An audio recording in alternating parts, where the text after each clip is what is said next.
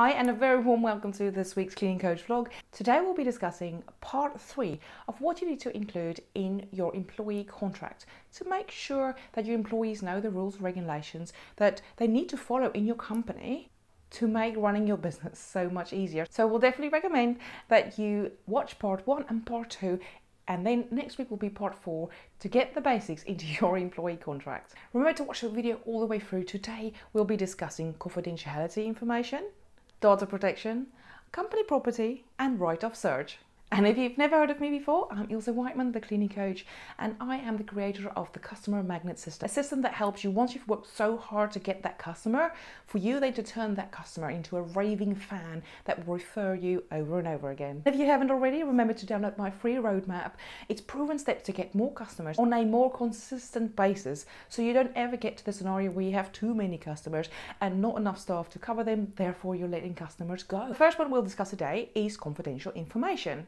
And this part is purely to protect the information about your business. Like, they can't come into your business and get trained and then go to another business and say, oh, that's how we get trained, because it's confidential information. They can't share customers' information with other cleaning companies. They can't share any of your documents or invoices or any information about your business while or after being employed with your company. And they also can't come into your company and take copies of your paperwork and then share it. Or maybe even just try to get into your company to get your customer information and then leave. And then your employees need to know if they're aware of any other employee doing this, or maybe have said that they're going to do this, or said that they're inclined to do this. That is their responsibility to tell you as business owner, to make you aware of the fact that somebody in your company might want to do that. And if they have got any information like the contract, which they can't share with any other cleaning company or any other persons or organization, they have to return all paperwork that you've supplied to them within the employment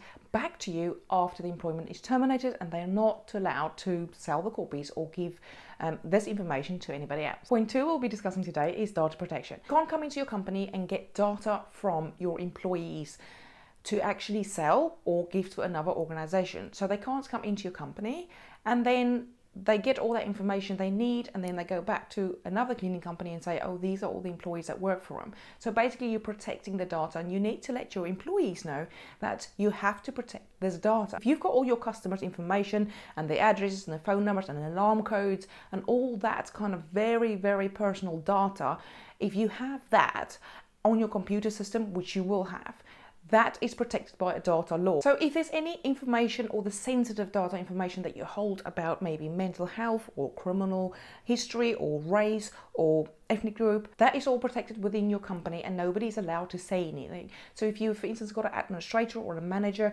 that goes in and work with this data that have to, okay, that person has got this and this and this, that's personal and they cannot discuss that with any other employee of the company. The third point we'll be discussing today is your company property. So when they first start working for your company, you will supply them with the obvious cleaning materials, the obvious cleaning tools like vacuum cleaners, mops and buckets, and that will also include any paperwork that you give to them. So they need to be aware that the materials and equipment that you give them, they need to use sparingly. They need to look after them, and they have to return all of that in the working order that you provided them with. It is your company's, your company owns it. That counts for paperwork and books and training manuals as well. They have to bring all of that back in working order when their employment is terminated. And it has to be in a certain way. They can't have a vacuum cleaner, damage it, and then give it back to you and say, well, I've given it back to you.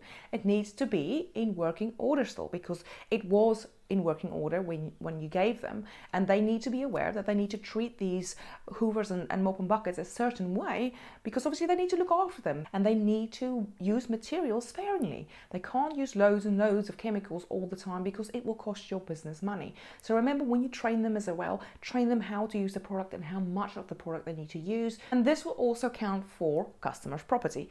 They cannot under any circumstances take anything out of a customer property, and I think we all know that. However, even if there is something in a bin and your employee thinks, oh, well, they've thrown that away, I'll have that. You never take anything out of a customer's property.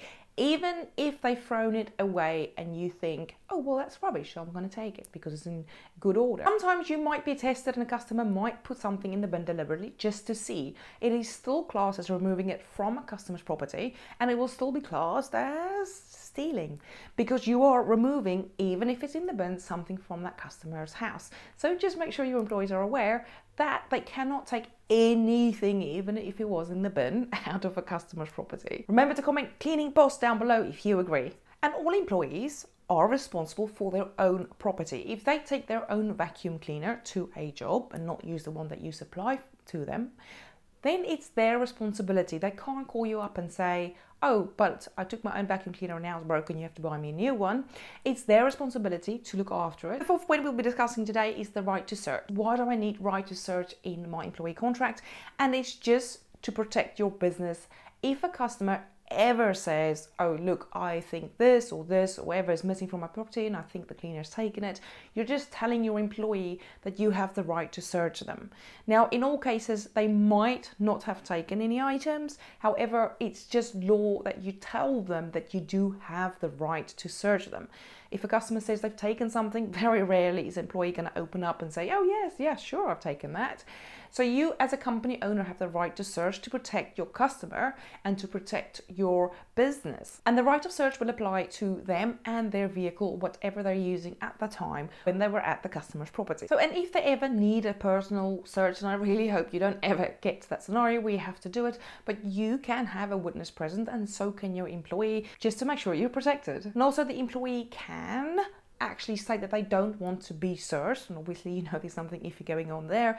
You can actually hold them at the premises or wherever they are and seek the advice of the police so that it can be dealt with in a different matter. It's just stating in your contract that you have got the right to search, and if they refuse, then they have to stay at that certain property, obviously not go anywhere else and hide it, and actually then seek the advice of the police. Remember, next week will be part 4, and if you haven't already, remember part 1 and part 2 of what you need to include in your employee contract. And if you don't have the right things in your employee contract, it just means you don't really have a leg to stand on when something does go wrong in your business. So it's always advisable to protect your business in the beginning, just to make sure that they know the rules and regulations to follow and to protect your reputation, which is the most important thing that you actually have. And if you want some inspiration and you need somebody to hold your hand to get more customers and to get employees and just to get things done, I've got a free private Facebook group called the Cleaning Business Community on Facebook. Remember, if you've liked this video and you would like more videos just like this,